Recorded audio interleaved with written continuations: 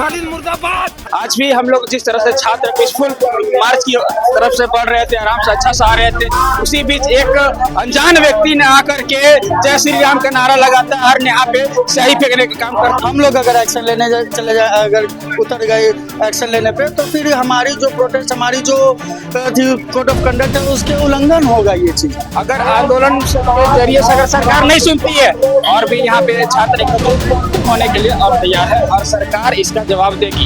हम सरकार का हिस्सा है कि नहीं, हमको उससे मतलब नहीं है। हम अपनी बात मुख्यमंत्री तक पहुंचाने के लिए विधानसभा का घेराव करेंगे।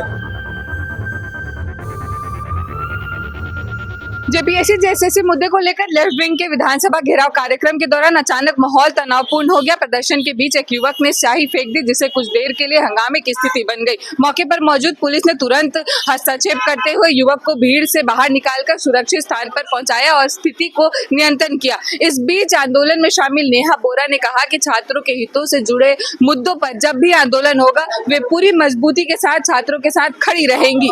फिलहाल हमारे साथ नेहा बोरा मौजूद है, आइए सुनते हैं कि उनका विषय पर क्या कुछ कहना है। आखिर कौन थे वो लोग जिन्होंने स्याही फेंकने का काम किया है? सरकार से क्या मांग है? स्टूडेंट से भी आप मिली, क्या बोलना चाहती है? भैया थोड़ा जगह। सर, हम ये बोलना चाहते हैं कि हम लोग एक प्रेस कॉन्फ्रेंस रख रहे हैं, जिसमें जो हमारा एजेंडा है वो हम रखेंगे और आज जो इंसिडेंट हुआ उस पर भी हम बात करेंगे। आप सबसे अपील है, प्लीज आप लोग थोड़ा रिस्पेक्ट दिखाइए।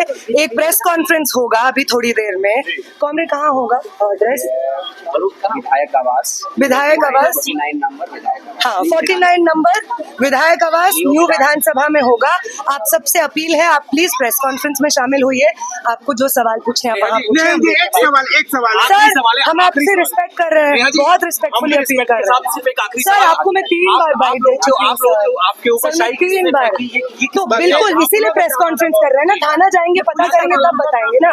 बिल्कुल समय तो दीजिए। क्या कुछ कहना चाहेंगे जिस तरीके से आप लोग के प्रोटेस्ट को स्याही फेंक कर खारिज करने का, खराब करने का काम किया गया? ये जिन लोग के थ्रू भी किया जा रहा है, ये बहुत निंदा वाली हरकत है। उन लोग को ये समझ नहीं आ रहा है कि उनकी भी डिमांड यही रही है।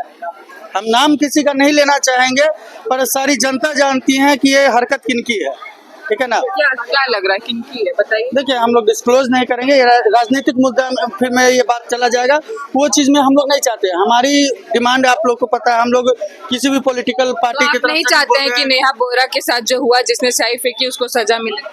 सजा मिलनी चाहिए, उसकी पूर्ण रूप से उसकी छानबीन होनी चाहिए, ठीक है? जब आप लोग को पता है तो फिर छानबीन की क्या जरूरत है? वो चीज पुलिस प्रशासन करेंगे, वो हमारी काम नहीं है छानबीन करना, वो चीज पुलिस प्रशासन करेंगे। हम लोग अगर एक्शन लेने चले जाए, अगर उतर गए एक्शन लेने पे, तो फिर हमारी जो प्रोटेस्ट, हमारी जो कोड ऑफ कंडक्ट है, उसके उल्लंघन होगा ये चीज।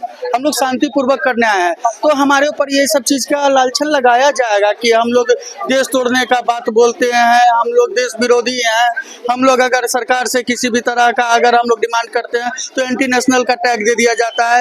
ये चीज हम लोग देखते आ रहे हैं, ये चीज होते आ रहा है, तो इस पे कोई नई बात नहीं है हमारे लिए। हमें जो अपनी मुद्दा है वो मुद्दा सरकार तक रखनी है, हमें अपने मुद्दा को आगे तक बढ़ानी है, हम लोग बस उस पे फोकस है। स्याही फेंकने का काम किया गया, आप लोग के प्रोटेस्ट को भंग करने का काम क्या किया है, क्या कुछ?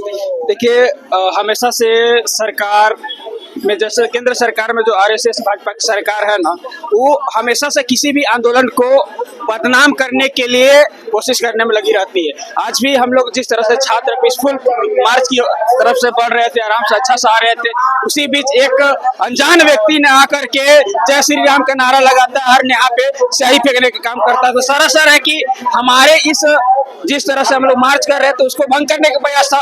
तो हम आश्वस्त करना चाहेंगे कि कोई भी हो, हमारे इस आंदोलन को आप नहीं रोक सकते हैं। हम लोग छात्र हैं, एकजुट हुए हैं।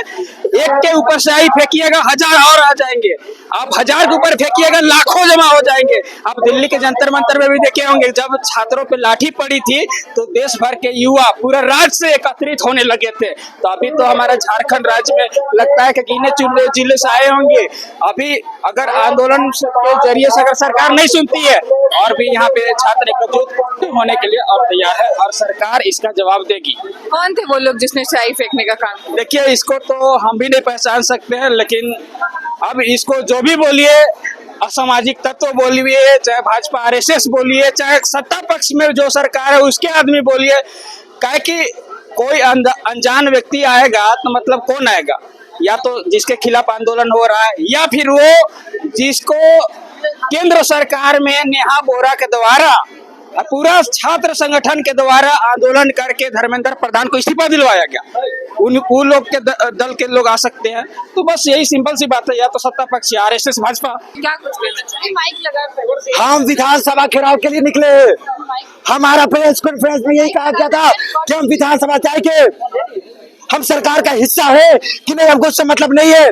हम अपनी बात मुख्यमंत्री तक पहुंचाने के लिए विधानसभा का घेराव करेंगे। हम मांग करेंगे, युवा मुख्यमंत्री है ना, युवा की बात सुनिए और जो तुम्हारे CBSE अविलंब रद्द कीजिए। कहाँ है आपके साथी लोग? तो बीच से ही निकल गए। अब प्रेस कॉन्फ्रेंस का आयोजन होने लगा। ऐसे नहीं होता है सभा। मैंने बार बार कहा था कि सभा के बाद मार्च करेंगे। मेरा बैनर, मेरा पोस्टर, मेरा प्रेस कॉन्फ्रेंस में हमने 1000 बार कहा है कि विधानसभा घेराव होगा।